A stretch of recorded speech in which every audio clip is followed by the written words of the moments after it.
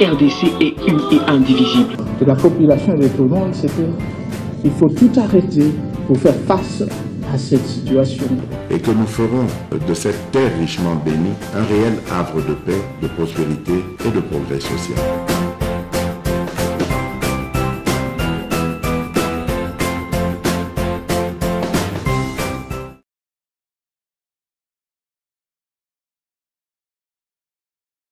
Et que nous accompagnons et accompagnerons dans la durée. Vous pouvez compter sur la détermination de la France. Merci beaucoup, Président. Merci beaucoup, Monsieur le Président, cher Emmanuel. Merci d'abord pour l'accueil qui me rend un peu jaloux parce que à Kinshasa, on n'avait pas fait pareil. Là, je crois que la France nous a battus. Donc nous avons une revanche à prendre. Et donc, vous êtes cordialement à nouveau invité en République démocratique du Congo, cher ami. Merci également, je crois que le Président a tout dit, je ne vais pas revenir sur les détails de nos discussions, mais ce qui a le plus retenu mon attention, c'est l'engagement encore plus grand de la France aux côtés du peuple congolais, surtout dans ce que nous subissons comme guerre injuste qui nous est imposée par le Rwanda, qui soutient le M23. Et je pense que, avec les discussions qu'on a eues aujourd'hui, une lueur d'espoir pointe à l'horizon. On peut compter, je peux le dire, c'est un risque que je prends, mais je l'assume. On peut dire qu'on peut compter sur la France qui sera à nos côtés pour trouver cette paix. Parce que de la paix dépendra maintenant beaucoup d'autres choses, notamment le développement par l'investissement des opérateurs économiques français dans tout ce qu'il y a comme opportunité à saisir en République démocratique du Congo. Ici, on a parlé des minerais critiques, mais on a également parlé des infrastructures et principalement du grand projet d'Inga, ce projet qui me tient à cœur et qui a beaucoup d'intérêt manifesté en ce moment. Et la France veut être aux premières loges pour nous accompagner dans la réalisation de ce projet. Je crois que nous avons eu une très très belle discussion et moi de mon côté je peux dire j'ai eu un excellent séjour.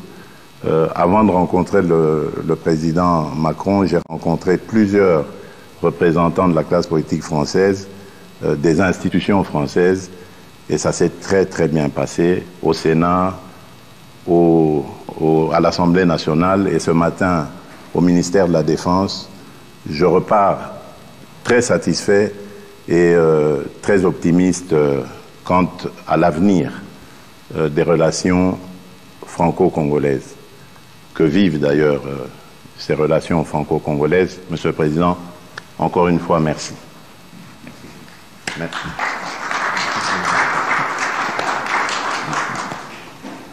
On va prendre, je crois, 2 questions. Bonjour, messieurs les présidents. Alors, excusez-moi, mais nous, on a un train de retard. On n'a pas participé au dîner. Alors, je voudrais commencer par parler de cette guerre. Tout commence au génocide rwandais.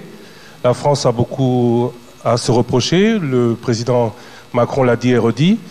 Ce serait peut-être l'occasion de lever ou de déclassifier les documents toujours secrets pour savoir ce que l'on a exactement à se reprocher. Alors aujourd'hui, la guerre continue et des sanctions sont demandées par la République démocratique du Congo. Ma première question, c'est est-ce que cela a toujours été ou est toujours à l'ordre du jour? Je vous avais déjà posé la question l'année dernière, ici. Ça, c'est pour le président Macron. J'ai une question pour le président Tshisekedi. Le président Sarkozy, c'était il y a beaucoup plus longtemps, avait parlé d'exploitation commune des ressources de la sous-région. Jusqu'où n'irez-vous pas pour obtenir la paix? Est-ce que avoir cette paix, pour vous, aura aussi le prix de concession demandé par d'autres pays, et particulièrement le Rwanda? Je vous remercie. Sur les sujets, merci beaucoup pour votre question, sur les sujets mémoriels que vous avez évoqués,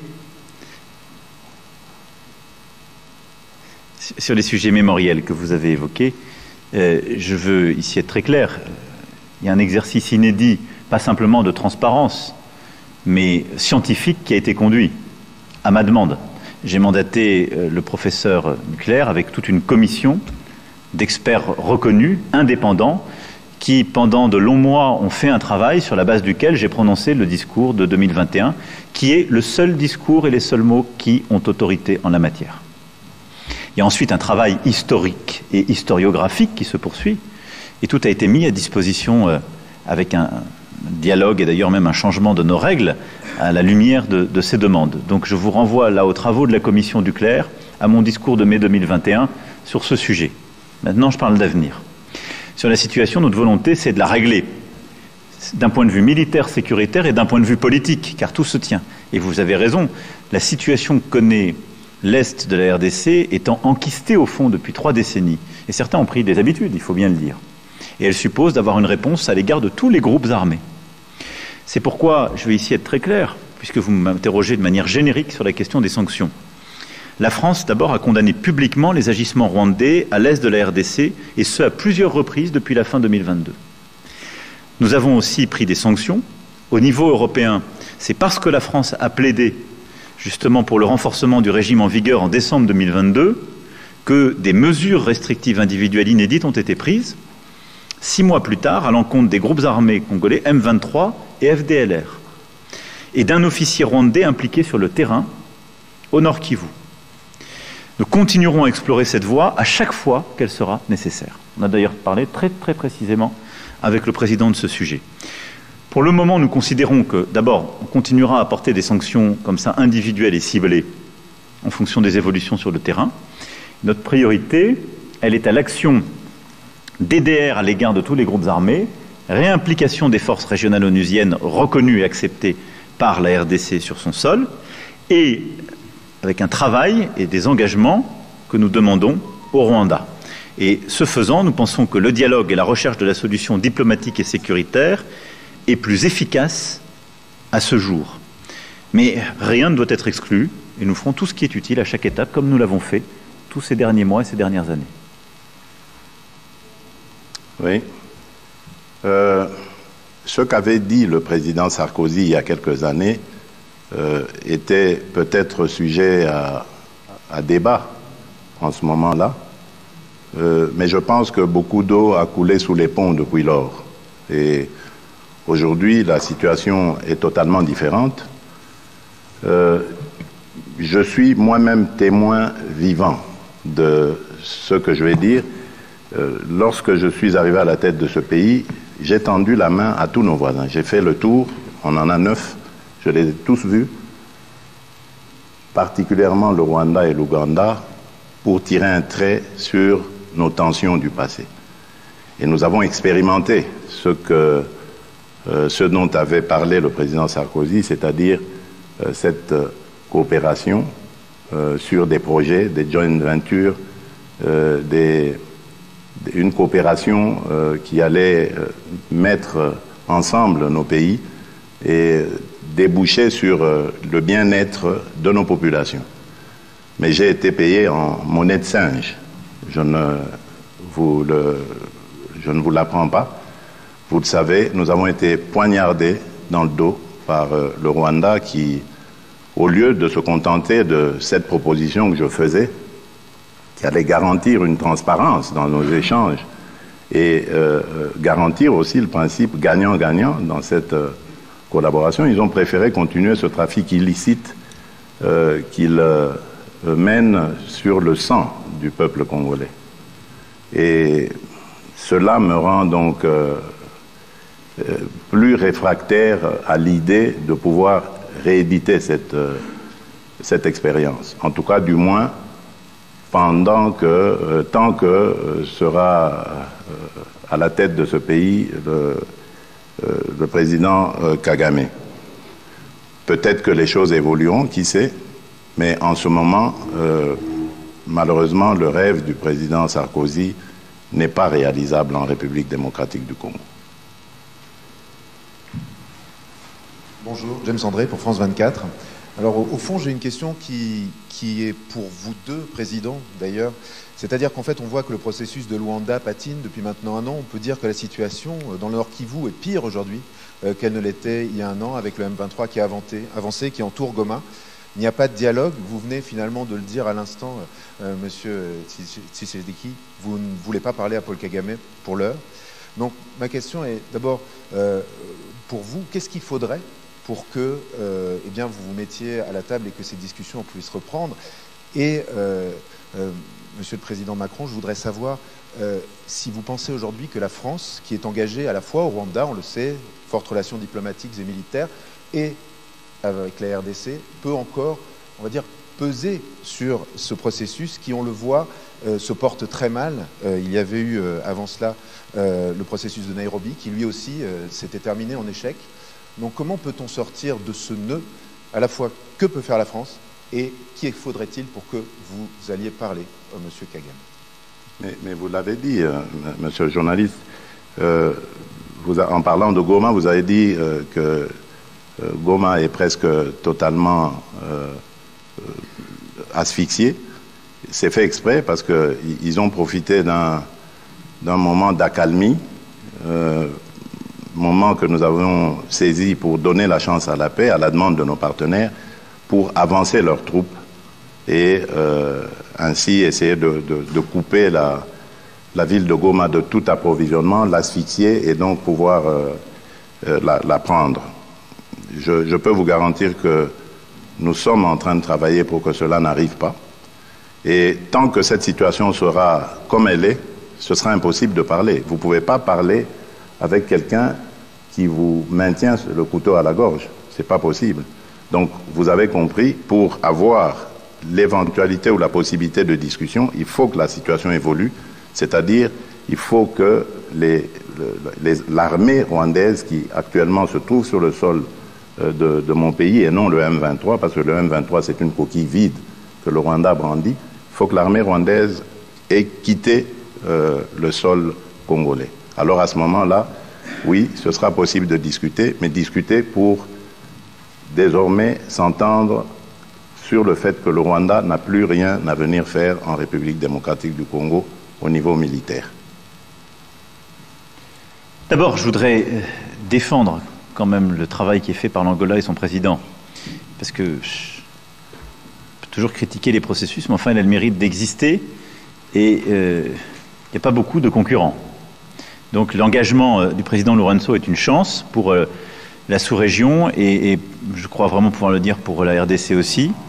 Et il le fait avec beaucoup d'engagement, de courage et de ténacité. Et donc nous soutenons ces efforts et nous nous coordonnons très étroitement avec ce qui est fait par le président Lourenço.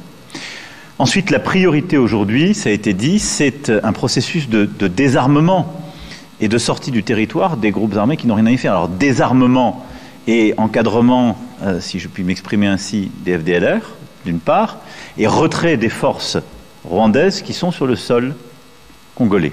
Ça, c'est la priorité. Puis, désarmement du M23 et processus d'accompagnement. Bon. Donc, la priorité, elle est là, elle est sécuritaire, c'est le plan sur lequel on a travaillé.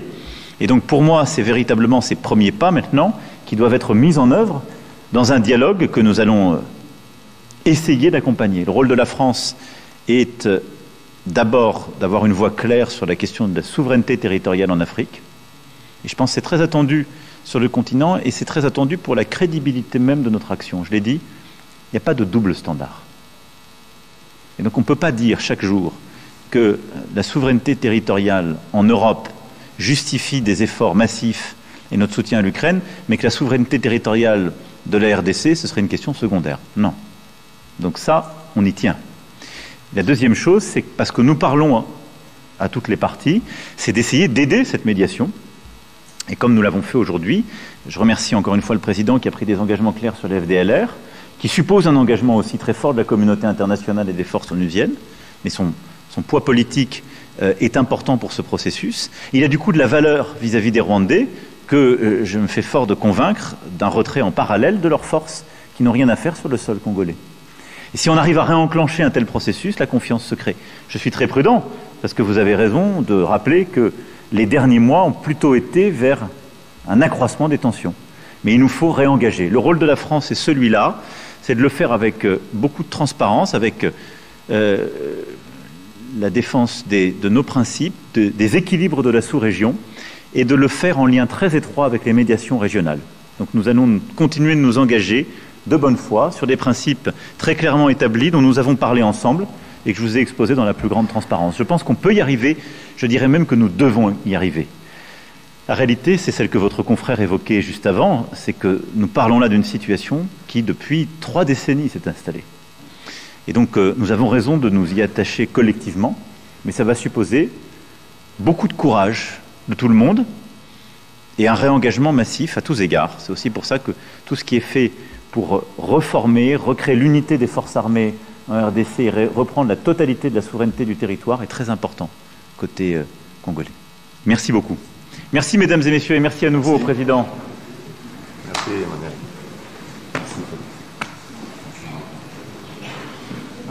On a exactement.